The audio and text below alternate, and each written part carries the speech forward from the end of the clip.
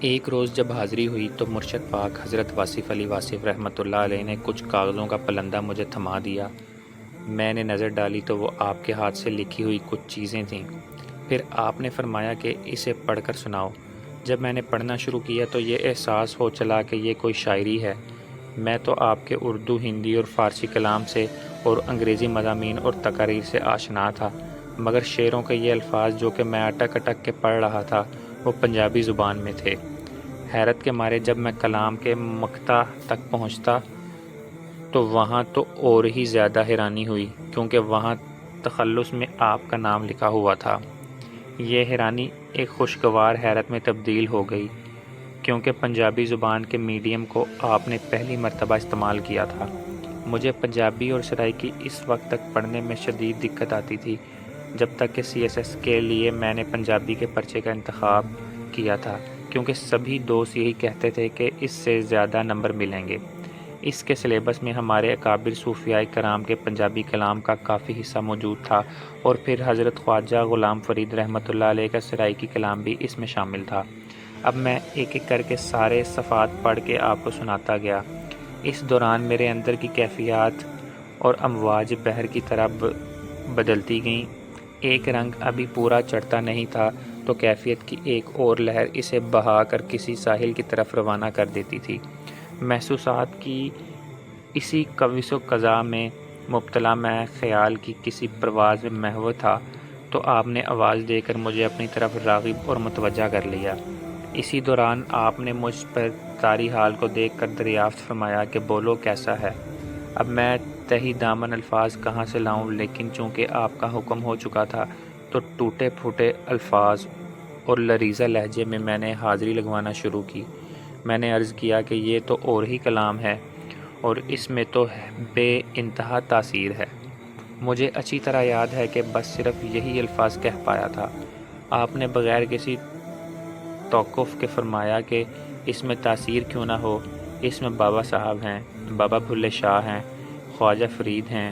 پھر اس کے بعد اس کی کتابت ہوئی۔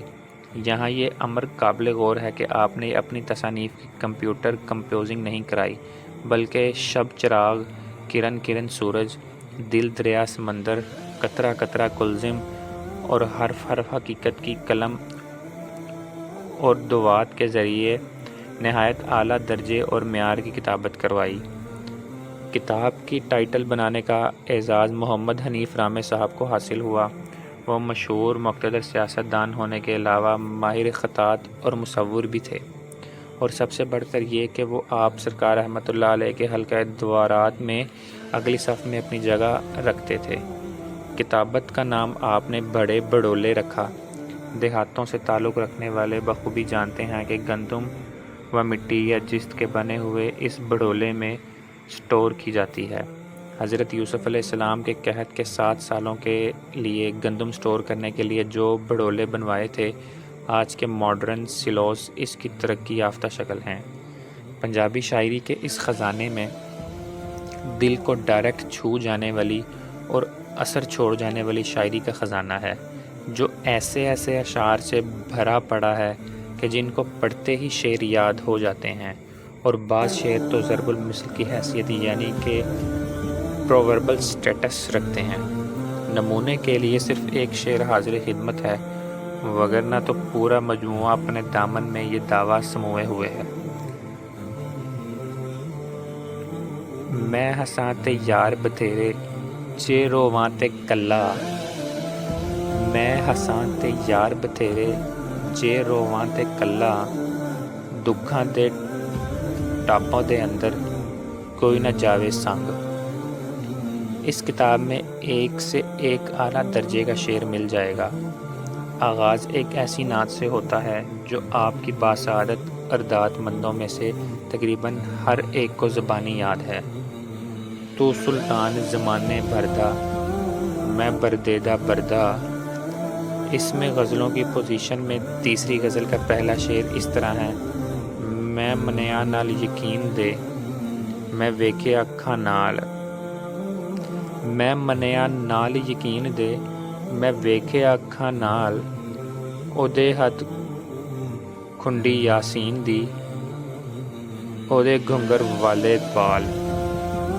اس کے بعد اگلے اشعار میں بھی حضور پاک صلی اللہ علیہ وآلہ وسلم کی مدح اور توصیف بیان ہے، لیکن اس خاص شعر میں آپ نے ایک خاص مقام کی طرف اشارہ فرمایا ہے کہ میں ویکھیا اکھاں نال، یعنی میں نے آنکھوں کے ساتھ دیکھا ہے۔ آپ سرکار رحمۃ اللہ علیہ نے اپنی چند خاص بندوں کو اس مقام کے بارے میں بذات خود بتایا ہوا ہے کہ کس طرح آپ کو یہ خوش نصیب لمحات میسر آئے تھے۔ اس بات کو مزید وضاحت سے سمجھنے کے لیے آپ کے اس شعر سے کافی مدد مل سکتی ہے۔ اس نظر میں فاصلے صدیوں کے بھی حائل نہیں۔ اس آپ صلی اللہ علیہ وآلہ وسلم مراد ہیں۔